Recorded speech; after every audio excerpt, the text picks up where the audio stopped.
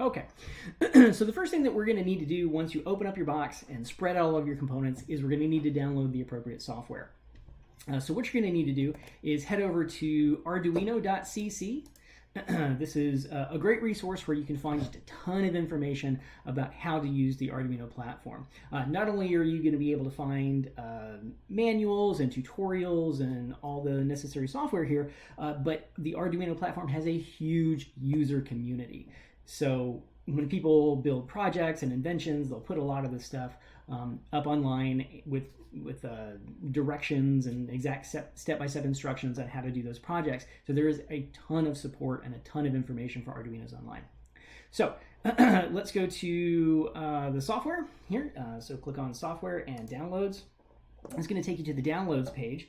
There's a web editor that you can use. I always download the Arduino IDE, but however you want to do this is fine. So if you have a Windows machine, you can use the Windows installer or the Windows app. If you have an Apple, Mac OS, you can download that version there. Or if you're using Linux, you can also download Arduino using Linux. But that's how we'll do that. The instructions are very self-explanatory, so I'm not going to run through those instructions with you. Go ahead and download it. It does take a few minutes. It's a fairly large package, and then we're going to need to get that running.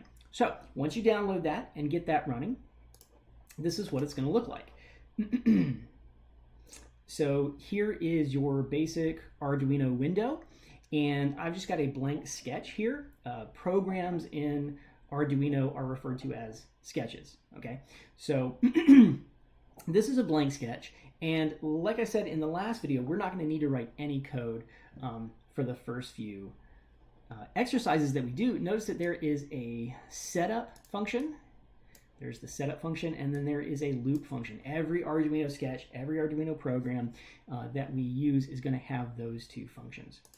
Now, like I said, you're not going to need to write any code because built right into the IDE is all the example code that we're going to need. So if you go to File, Examples, and Starter Kit Basic Kit, you can find all of the project code for every project that's in the book.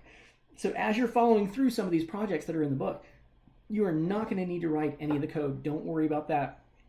Just go ahead and open up the project code here. So to try this out, let's take a look at the very first, probably the easiest piece of code on here, and that is the blank example. So we're going to go to File, Examples, Basics, and Blank. Go ahead and open that up. New window pops up.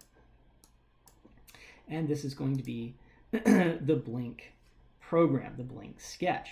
So in the next video, I'm going to show you how to load this up.